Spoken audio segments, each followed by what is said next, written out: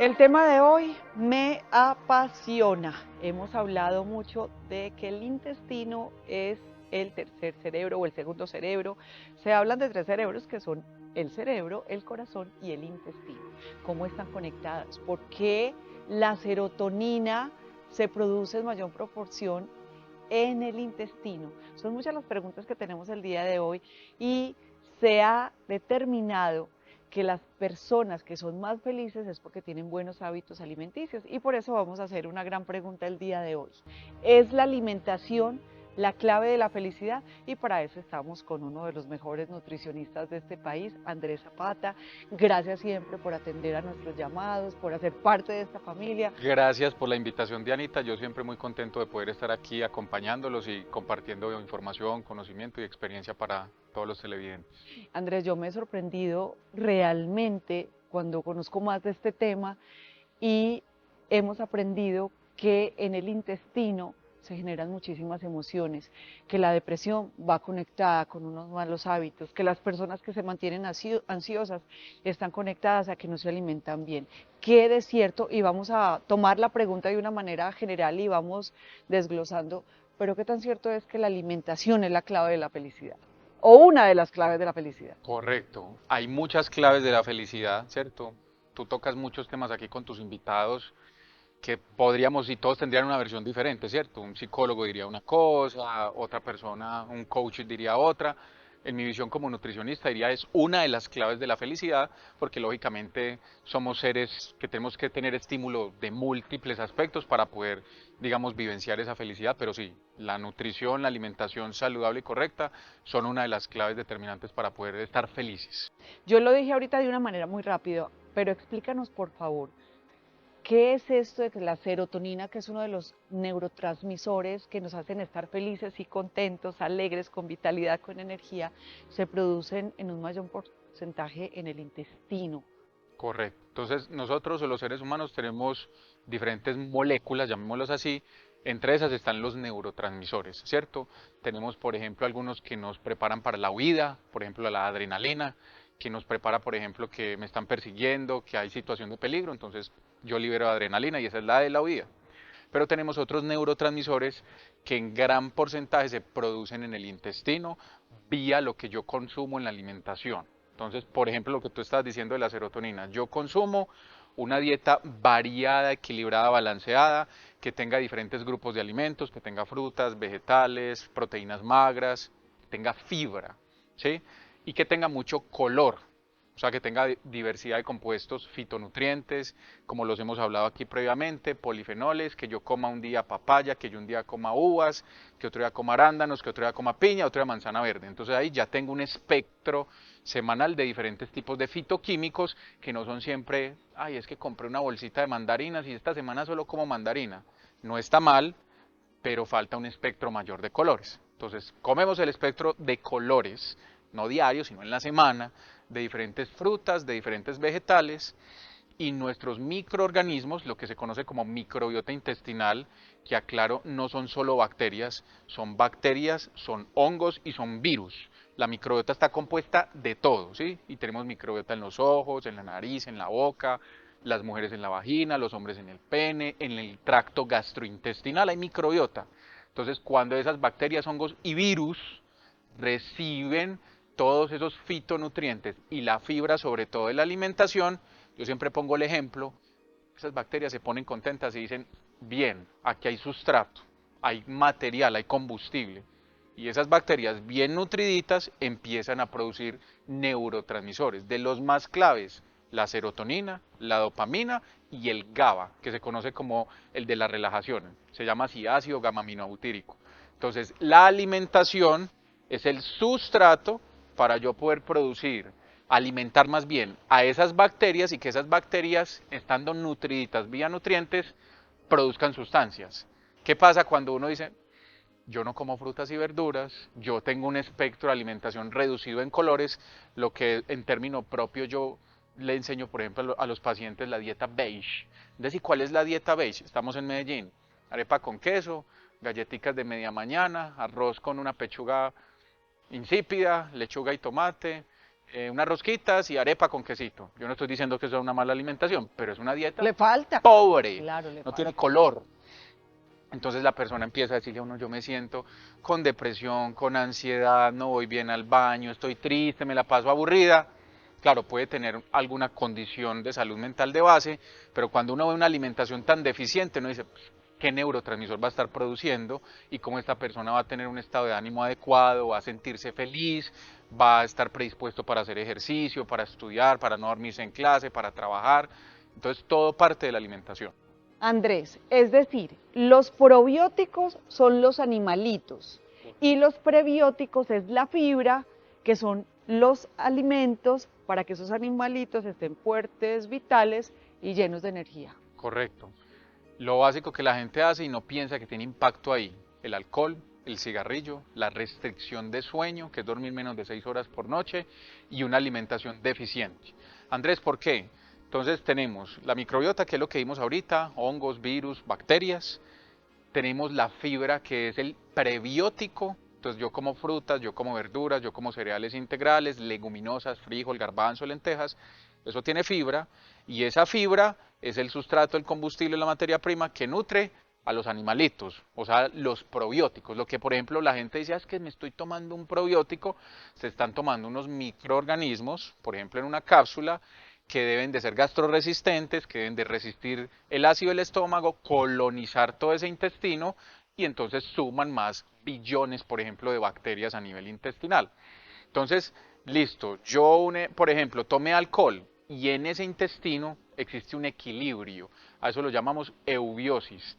Hay bacterias que no hacen bien, pero que conviven en el intestino, pero si yo tengo una mayor población de bacterias, virus, hongos buenos, ese intestino va a estar saludable. ¿Qué pasa cuando yo, por ejemplo, uso alcohol? Las bebidas alcohólicas causan disbiosis intestinal. La disbiosis significa que el alcohol pues no es sustrato para alimentar las bacterias buenas, pero sí es el sustrato perfecto para alimentar las malas. Entonces las malas literalmente se multiplican en el intestino y la multiplicación de las bacterias es binaria, entonces en cuestión de horas tú puedes tener una disbiosis en cuestión de 2 o 3 días de haber consumido alcohol, tener ausencia de frutas y verduras y estar teniendo malos hábitos, lo empiezas a sentir y las bacterias empiezan a multiplicar. Se produce gas metano que genera peitos, flatulencia, se produce ácido sulfídrico que genera dolor y ahí es una de las formas de entender que ya estoy con una disbiosis.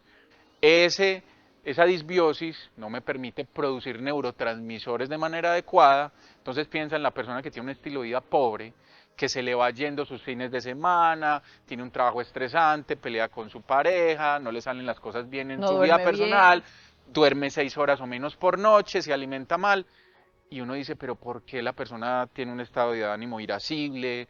¿Por qué responde feo? Son miles de cosas, del ser, lo que tú decías ahorita, este cerebro, este otro, del intestino, pero lo tiene que conectar todo y entender que esto es un tema de hábitos.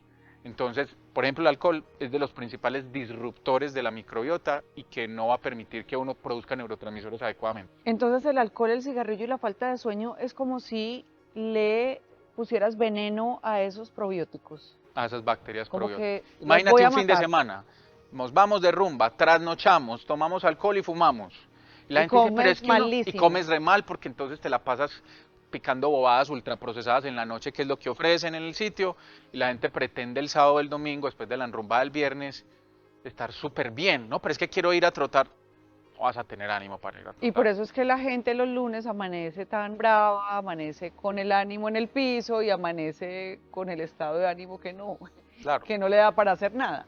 Correcto, eso es. Un pobre estilo de vida, entonces la alimentación, como lo decía, es un pedacito, pero mira todo lo que hay que conjugar alrededor para poder estar feliz. Wow. Porque todo es posible de lograr.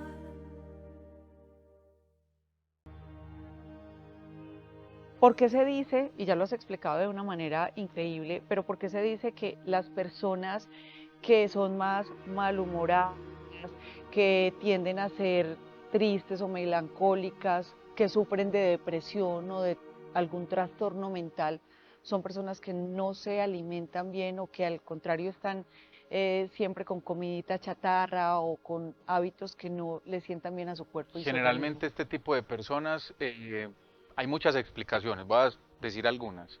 Son personas que probablemente no recibieron lactancia materna exclusiva dentro de los primeros 6 meses y que no nacieron por parto vaginal. Es decir, nacer por parto vaginal me conecta con la microbiota vaginal de mi mamá y de entrada eso ya me brinda una protección en sistema inmune tremenda, increíble, y ya me entrega bacterias.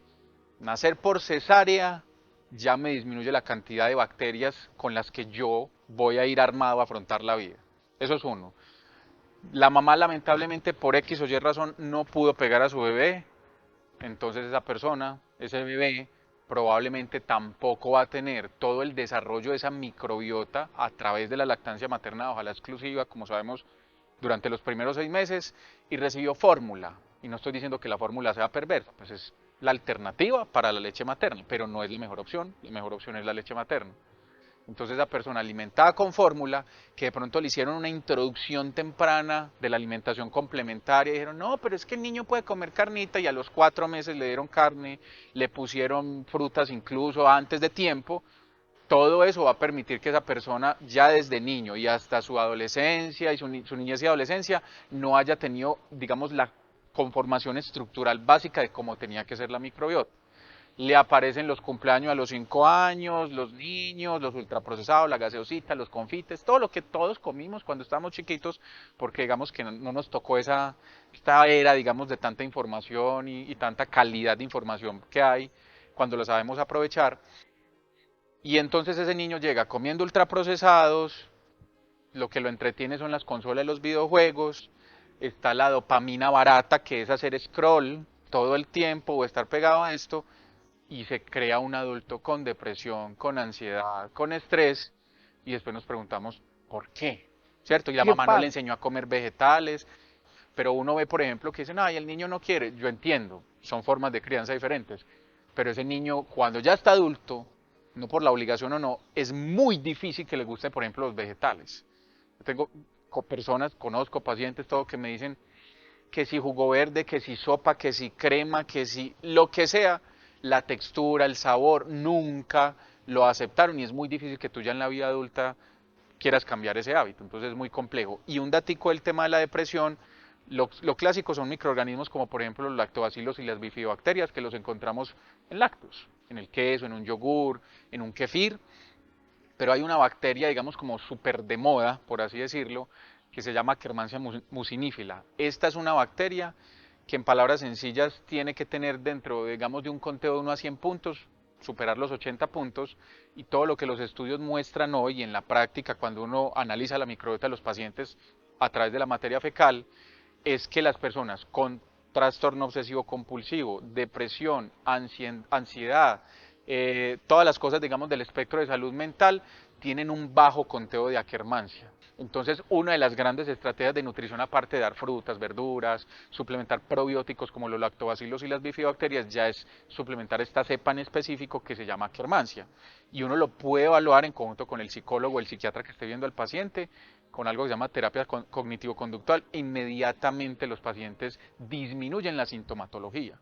Y cosas tan básicas como cómo estimulo dopamina, serotonina y GABA. Un ejemplo, serotonina, incluyo más fuentes de triptófano.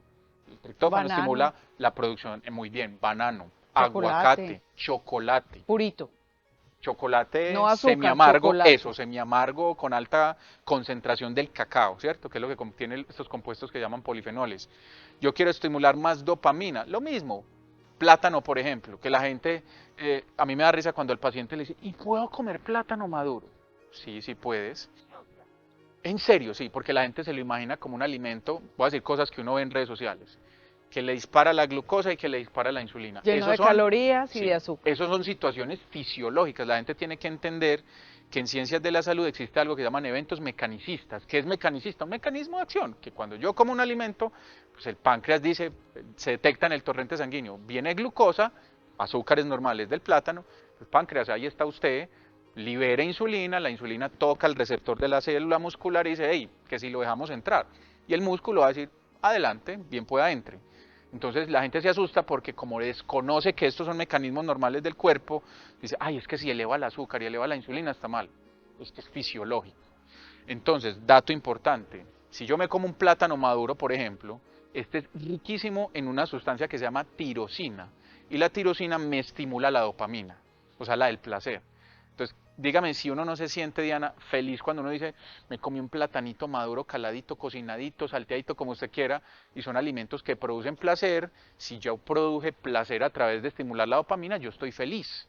Entonces, el alimento me brinda felicidad. Te sabe rico, lo disfrutas y al mismo tiempo estás estimulando todos esos neurotransmisores que te van a hacer sentir muchísimo mejor. Andrés, antes de que menciones el otro neurotransmisor y cómo se estimula, cuando éramos pequeñitos y ahorita tú lo decías, nosotros comíamos tortas, gaseosas, chocolates, una cantidad de mecato o chucherías que le decíamos en nuestra época y no nos pasaba nada. Incluso pensamos en los abuelos o en los papás, si ellos se alimentaban a punta de frijoles, hablamos de tierras como Colombia, sobre todo Antioquia, en donde grabamos en ese momento el programa, chicharrón, frijoles, arroz, tajadas de maduro. Ahora todo eso supuestamente hace daño porque es grasoso, porque tiene muchas calorías, porque no sé qué, porque ahorita se están satanizando muchísimos alimentos. Yo por eso no creo mucho en las redes sociales, hay que tener una información correcta para no caer en todas estas mentiras y en todos estos fanatismos que con todo el respeto les llamo yo. Entonces, ¿por qué antes no les pasaba nada y ahora todo hace daño supuestamente? Yo creo, Diana, que hay varias cosas al mismo tiempo. Uno, el exceso de información y desinformación, y que nuestras, digamos, antecesores, papás, abuelos, las dinámicas de vida eran diferentes. La urbanización ahora es mayor, el acceso al transporte privado, público es mayor. Yo recuerdo historias de, digamos, familiares decirme, no, es que entonces se tenía que ir a coger el café, y coger el café era levantarse a las 5 de la mañana, en el lugar donde se cogía el café a las 6 estabas cogiendo café hasta el mediodía, pues a esa hora no daba para desayunar y llegabas y te dan unas aguapanelas con galletas después de, y almorzaba arroz, frijoles, y uno dice, "Ah". Claro, pero cuando tú miras la persona en ese, digamos, coger café, La actividad eran física. actividad física durante horas caminando, en ese momento la gente no monitoreaba los famosos 10.000 pasos al día, pero claramente horas caminando va a pasar de 10.000, ¿cierto? Pero ahora, ¿cuál es la dinámica de vida de nosotros? Nos comemos esto, pero somos sedentarios activos. Ando de sedentario activo. Voy al gimnasio 1 hora, pero me siento 8 horas en el computador. Ok, piensas que eres físicamente activo, pero lamento decirte que eso no te clasifica como físicamente activo. Físicamente activo, según el Colegio Americano de Medicina del Deporte, en un programa que se llama Exercise is Medicine o Medicina es Ejercicio, nos dice que uno debería de realizar por lo menos unas 300 minutos de actividad física a la semana para considerarme activo, pero uno le tiene que sumar más a eso, o sea, 60 minutos diarios, pero ojalá uno pudiera decir, ojalá 60 minutos diarios de trabajo de fuerza, 5 veces a la semana, acompañados de 150 minutos o no, o más, perdón, 180 de ejercicio aeróbico, o acompañar mi trabajo de fuerza 1 horita con 10.000 pasos diarios, para uno decir, ok, yo me considero físicamente activo, y cada prescripción de ejercicio va diferente a si tienes sobrepeso, si estás hipertenso, no simplemente para alguien saludable. Imagínate todo lo que habría que hacer. Entonces, antes las dinámicas de vida considero eran más, digamos, uno no las vio, pero con toda la información que le cuentan a uno, dice, claro, éramos muy activos, pasábamos menos tiempo expuestos a pantallas, muchos trabajos eran de pie, camine, vaya, venga, pero ahora todo se resume en estar en una oficina más de 8 horas sentado frente a un computador. Entonces el conjunto de hábitos, no como que esa torta antes no engordaba y ahora sí, no es quiénes eran los que antes se comían esas tortas, esos postres, se comían todos sus frijolitos con chicharrón. No es en sí el alimento, sino todos los hábitos que engloban ese consumo, lo que hace que muchas personas de pronto ahora estén viendo los efectos de que si yo me como esto engorda o hace daño. No, vuelvo y digo, asociando la actividad física, generalmente éramos más activos antes, a pesar de lo que se quiere vender de que hoy somos más activos, éramos más activos antes. Pero muchísimo más. Es que amé esta explicación, porque los alimentos son los mismos. Bueno, hay algunos que se han transformado y que sí, obviamente la industrialización ha cambiado muchísimo, pero de todas maneras es el quite de vida, como lo llamaban nuestros abuelos, o nuestra forma de ver las cosas también. Antes te tenías que desplazar y mira que uno de los grandes secretos de longevidad y salud y vitalidad está en el caminar, en el hacer ejercicio, en el moverse. es increíble, pero hemos cambiado mucho nuestros hábitos y nuestra forma de vida. Porque todo es posible de lograr.